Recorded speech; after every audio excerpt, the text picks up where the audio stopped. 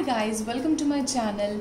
And आज की video में हम कंपेयर करेंगे चार्ज और मास को। ठीक है, लास्ट वीडियोस में हमने बहुत कुछ देख लिया है चार्ज के बारे में कि चार्ज क्या होता है, कैसे होता है, ठीक है, उसकी क्या प्रॉपर्टीज़ होती हैं। We have seen it all right. तो अब हम इस पॉइंट तक तो पहुंच गए हैं कि we can compare between charge and mass. All right, so let's begin.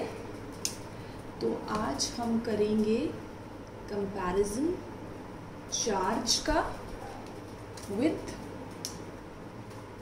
Mass. All right, so अगर मैं चार्ज के बारे में बात करती हूँ तो चार्ज के का जो मैग्नीट्यूड होता है ना, चार्ज की जो वैल्यू होती है, it can either be positive, negative या फिर ज़ीरो भी हो सकता है चार्ज। ठीक है, कहने का मतलब ये है कि if there is a material, if there is a substance, वो कभी पॉजिटिव चार्ज भी एक्वायर कर सकता है, कभी नेगेटिव चार्ज भी एक्वायर कर सकता है, एंड वो कभी अपने चार्ज को नलिफाई करके ज़ीरो भी एक्वायर कर सकता है। ओके, लेकिन मास की अगर हम बात करें, अगर हम कहते हैं कि किसी बॉडी के पास मास है, देन कंपल्सरीली उसके पास जो मास होगा it should be a positive quantity. ठीक है, I hope that's clear. Okay, now moving on to the next point, जो कंपैरिजन है हमारा वो ये है कि जो चार्ज है ना हमारा, that is quantized. Quantization of charge अभी हमने रिसेंटली लास्ट वीडियो में ही कवर किया है। क्वांटाइजेशन का मतलब क्या होता था, एक बार फिर से देख लेते हैं। क्वांटाइजेशन का मतलब ये था कि अगर आप किसी भी बॉडी को चार्ज करते हो तो उसके ऊपर जो मिनिमम अमाउंट ऑफ चार्ज आएगा ना, वो हमें पता है, and that should be E. ठीक है, एलिमेंट्री चार्ज की हमने वैल्यू बताई थी कि अगर कोई भी एक इलेक्ट्रॉन ट्रांसफर होता है या फिर एक प्रोटॉन का जो चार्ज होता है that is equal to e, मतलब कि 1.6 into 10 to the power -19 coulomb. Are you getting my point? तो quantization of charge was all about कि there exist a minimum value of charge, जिसकी बेसिस से हम लोग पता कर सकते हैं कि कितना अमाउंट ऑफ चार्ज ट्रांसफर होता है। ऑलराइट, लेकिन अगर मैं मास की बात करूं, जब मास का कभी भी ट्रांसफर होता है ना, लाइक अगर आप मास को डिस्ट्रॉय कर रहे हो या फिर आप कहीं से थोड़ा सा मास रिमूव कर रहे हो, तो स्टिल आज तक अभी भी ऐसा एस्टैब्लिश नहीं हुआ है कि एक minimum amount of mass he transfer होगा। हमें नहीं पता कि क्वांटाइजेशन ऑफ मास जैसा कुछ एग्जिस्ट करता भी है या नहीं। हो सकता है, देयर इज अ पॉसिबिलिटी। ठीक है, साइंस में हम कभी भी नहीं बोल सकते कि ऐसा ही है। ठीक है, we should always be open for changes. ठीक है, कभी भी चेंजेस आ सकते हैं, कभी भी कोई नई डिस्कवरी हो सकती है, नए एक्सपेरिमेंट्स हो सकते हैं, उससे कुछ भी कंक्लूजन निकल सकते हैं। लेकिन what we can say now is कि quantization of mass is yet to be established.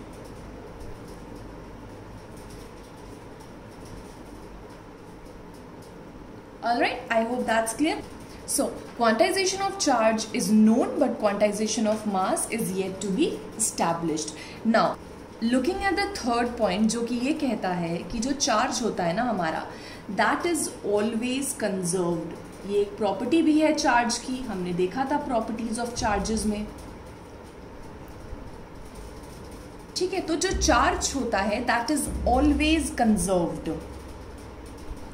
But if I talk of mass, mass is not conserved. Mass is not conserved क्यों? क्योंकि mass can be converted into energy. They both are interconvertible. Mass can be converted into energy and energy can be used to create mass. ठीक है, mass का conservation नहीं होता but charge always remain conserved. अच्छा, एक example देख लेते हैं। आपने atom bombs के बारे में सुना होगा ना, जब कहीं पे भी bomb explode होता है,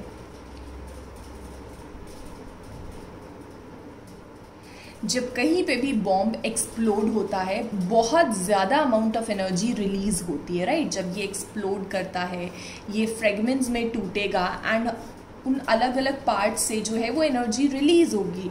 तो वो जो एनर्जी रिलीज होती है वो कहाँ से आई है? वो इसी मास से आई है जो बॉम्ब के अंदर था। ठीक है, तो mass was converted into energy in case of a bomb. तो वी कैन से दैट कि mass and energy are interconvertible. Since आप मास को डिस्ट्रॉय कर रहे हो, डिस्ट्रैक्ट कर रहे हो, तो we can say that there is no such thing like conservation of mass. Okay, I hope that's clear for now. Now moving on to the fourth point, charge की वजह से जो फोर्स एक्सपीरियंस करी जाती है चार्ज की वजह से जो फोर्स एक्सपीरियंस करी जाती है उसका जो नेचर होता है ना, that is attractive as well as repulsive.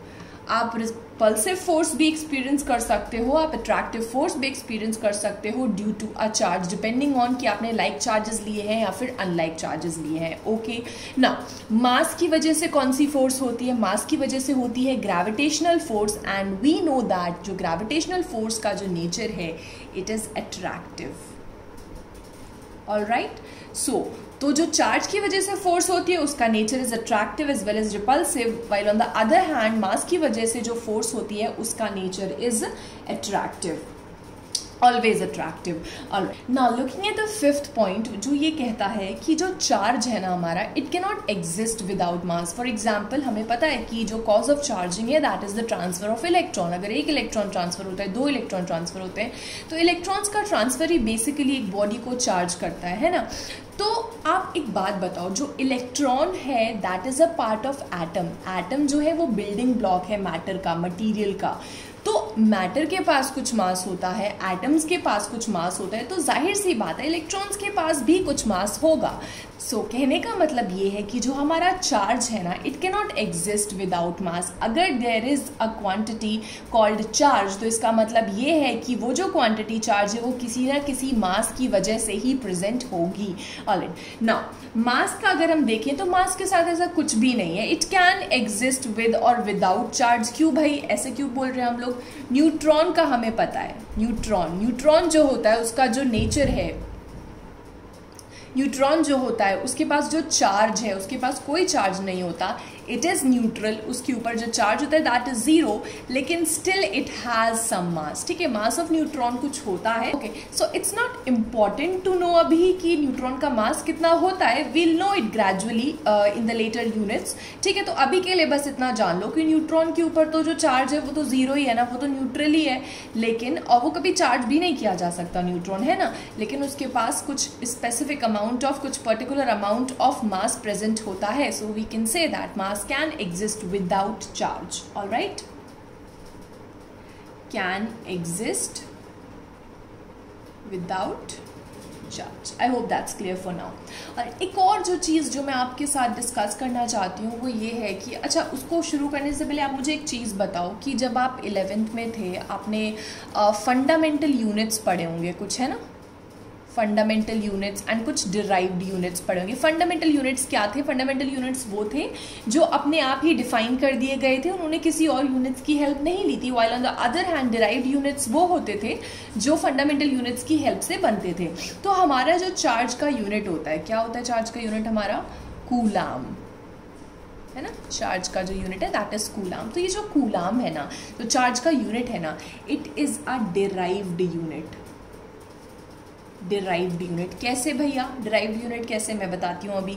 अच्छा, एक चीज़ देखो, अगर आप चार्ज को पर यूनिट टाइम कैलकुलेट करते हो, flow of charge per unit time अगर आप निकालते हो, तो आपको एक क्वांटिटी मिलती है that is current, electric current. And जो करंट का जो यूनिट होता है ना दैट इज एम्पियर।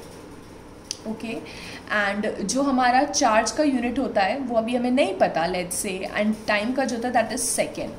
तो Q का जो यूनिट हो गया that is ampere into second, जो हम कहते हैं कि कूलाम है। ठीक है, तो 1 coulomb is basically 1 ampere into 1 second. ठीक है, तो जो कूलाम है वो कॉम्बिनेशन है एम्पियर और सेकेंड का, एंड एम्पियर और सेकेंड जो है वो फंडामेंटल यूनिट्स हैं। इन दोनों को मिला के हमने एक नई यूनिट बनाई है coulomb, which is a derived unit. But mass का हमें पता है, मास का जो यूनिट होता है that is kg and that is a fundamental unit. So I hope that's clear for now. तो ये एक छोटा सा कंपैरिजन था बिटवीन चार्ज एंड मास। इसके अलावा अगर आपको लगता है कि कोई और कंपैरिजन हो सकता है तो do let me know, mail करो मेरे को on my email ID which is given in the description box below.